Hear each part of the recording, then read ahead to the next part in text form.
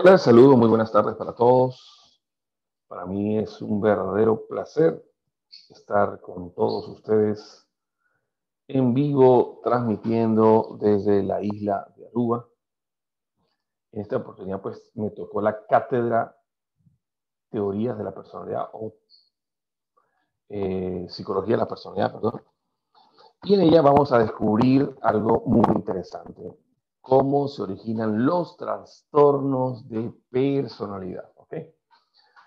Bueno, inicialmente tendríamos que definir, ¿no?, para empezar, el grueso del asunto con lo que es la personalidad. Y lo que han definido los grandes teóricos, los grandes expositores, la personalidad. Y quiero traer, pues, al iniciar, a Sigmund Freud, así mi mundo se llamaba Freud. Y él dice que la personalidad es el conjunto de características y formatos que nos definen, tanto como somos, como personas, así como la forma en que nos relacionamos con otros. Esa es una de las definiciones más clásicas de lo que es la personalidad. Si lo tomamos básicamente de la etimología de person, la máscara que hace sonido, son las diferentes máscaras que nos ponemos ante la vida como especie de roles que ocupamos frente a diferentes escenarios. Y esos roles a veces son pasivos, a veces activos, a veces desadaptativos, a veces niegan nuestras propias necesidades, las personalidades. Quiero ir a otro concepto muy importante. Dice, ¿cómo se forma, no, la personalidad? O sea, sabemos que es la personalidad, son las máscaras, son la forma en que interactuamos con la vida, pero ¿cómo se formó la personalidad? Es lo básico, lo importante. Y yo creo que Freud adelanta mucho, por ejemplo, en los diferentes fenómenos que ha tenido la persona, o por lo menos el fenómeno de Edipo, el síndrome de castración también, juega un papel muy importante, por lo menos para el psicoanálisis.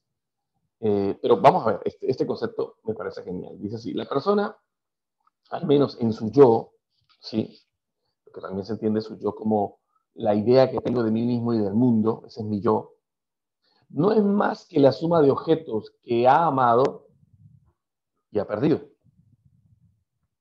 A las cosas a las que me he apegado, desde las teorías de John Bowlby o las teorías más conductuales, a las cosas que me he apegado, pero que también he perdido. Esas dos formas de interactuar con la realidad me dan lo que se conocen como los mecanismos de afrontamiento, que se entienden como la evitación o la compensación, cómo yo evito ciertas cosas que hieren, que lastiman, ¿sí? O cómo yo tomo esas cosas o afronto las cosas o compenso las cosas que me gustan, ¿sí?, para no perderlas. Entonces estamos hablando de evitación y compensación, dos formas de interactuar con la realidad.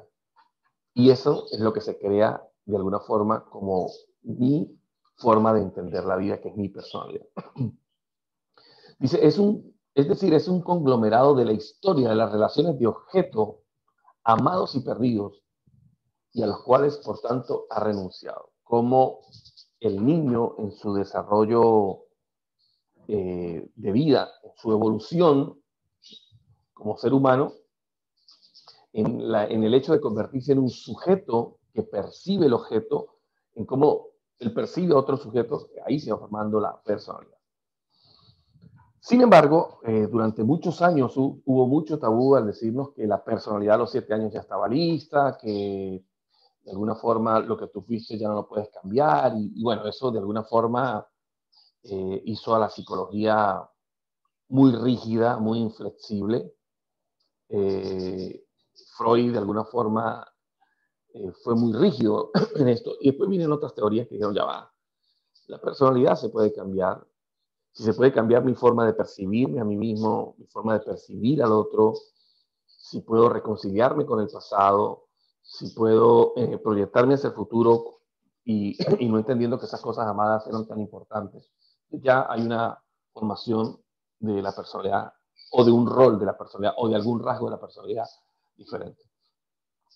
Es también importante demostrar que la neurociencia actualmente nos está diciendo a través de la neuroplasticidad que nosotros podemos aprender, reaprender, desaprender, por lo que de alguna forma la neurociencia nos están diciendo, hey, tus programas mentales no son rígidos, no son inflexibles, los puedes modificar.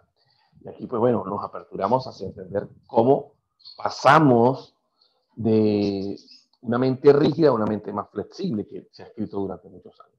Bueno, y entramos a estudiar lo que es un trastorno de personalidad como tal. ¿Okay? Hay diferentes clústeres, o sea, diferentes como casillas, como, sí, como elementos que componen un tipo de trastorno de personalidad general. ¿Okay? Vamos a ver. Un trastorno de personalidad, básicamente, aunque son tan variantes, se toma en cuenta son los rasgos de personalidad. La suma de esos rasgos de personalidad va a dar las diferentes características del trastorno de personalidad que se estudia. Pero hay algo. Los trastornos de personalidad son variantes de los rasgos de personalidad. O sea, es una variante de los rasgos. Aparte, es porque son inflexibles, no los puedo, o la persona piensa que no los puede modificar, son inflexibles, son desadaptativos porque la persona no puede fluir en la sociedad en la que están, ¿sí? Le hacen sentir, pensar y actuar de una manera que lo hace ver ante el otro como anormal. Son inflexibles porque vienen hacia él, son de alguna forma también invasivos, recurrentes, esos rasgos que aparecen en la persona. Y bueno, causan un deterioro funcional significativo, un malestar subjetivo. Esto quiere decir que la persona constantemente se siente mal, culpable, avergonzado por lo que tiene y que no puede controlar. La clasificación del Manual Diagnóstico Psiquiátrico y Psicológico, el DSM-4, que es el que vamos a tratar, pero está el DSM-5, divide los trastornos de personalidad en 3 grupos. Y vamos a dejarlo hoy hasta aquí, este primer video, para continuar con otro. El primer grupo, primer clúster de trastorno de personalidad se llaman los raros o los excéntricos. Sí, están los trastornos paranoides, como lo pueden ver en la lámina, el esquizoide y el esquizotípico. Ya vamos a cada uno lo vamos a estudiar por separado. ¿Okay? El clúster B, los dramáticos emocionales, y el clúster C, el ansioso temeroso. Veamos el dramático emocional, trastorno límite, el borderline, el histriónico narcisista. O sea, ya se ha reducido en el DSM-5 el trastorno límite, se ha trastocado, ya no llamamos así. Y en el clúster C, que están los ansiosos y temerosos, vemos el trastorno obsesivo compulsivo, el dependiente y el evitativo. ¿Okay? Y la cosa es, ¿en qué momento la persona empieza a convertir su personalidad en un trastorno de personalidad? Esa es la pregunta más importante. Y desde el punto de vista psicológico, es tal vez la prevención psicológica lo que puede llevar a la persona a que no caiga en un trastorno de personalidad y con el tiempo pueda degenerar en un trastorno mental. Para los que creen que las cosas son fortuitas, gratuitas, que sucedió porque, bueno, hay una estadística que reza y el 60% de las personas mayores de 70 años van a sufrir de Alzheimer. Bueno, eso no era antes así. Y usted dirá, ¿por qué no había estadística? No, no era así.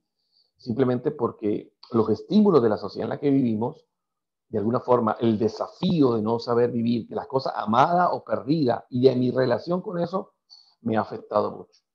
Y cuando vemos cada uno de los trastornos, vamos a entender, claro, aquí la persona está generando una forma de percibir la realidad, porque recuerden que la persona es una máscara con la que yo le pongo al mundo, pero también esa máscara se queda tan pegada que es, de alguna forma, mi forma en que dirige mi actividad. Puedo ser una persona paranoide, siempre dudando y desconfiando de toda la persona, como vamos a ver en los criterios. O puede ser una persona histriónica o narcisista que siempre está buscando ser el centro de atención y de atracción en todo lugar y mi impulsividad me domina. ¿Okay? Entonces, cuando comprendemos que cada uno de estos señores, trastorno de personalidad, se originó en una parte en el pasado, no es que cayó de la nada, no, hay algo en la estructura psíquica de esta persona, hay algo en el inconsciente posiblemente, en el preconsciente o en el consciente que no supo manejar porque puede haber sido un estímulo muy grande, como la pérdida de un ser querido, que puede llevar a la persona a tener, dependiendo de lo que haya sufrido, un trastorno de personalidad. ¿Okay? Entonces, vamos a dejar hasta aquí como primer video introductorio a los trastornos de personalidad. Y me gustaría que desde ya empezáramos a comentar y a entender lo que es la personalidad. Si entendemos lo que es la personalidad, cómo se forma la personalidad, vamos a entender entonces cómo se forma también un trastorno de personalidad. Bueno,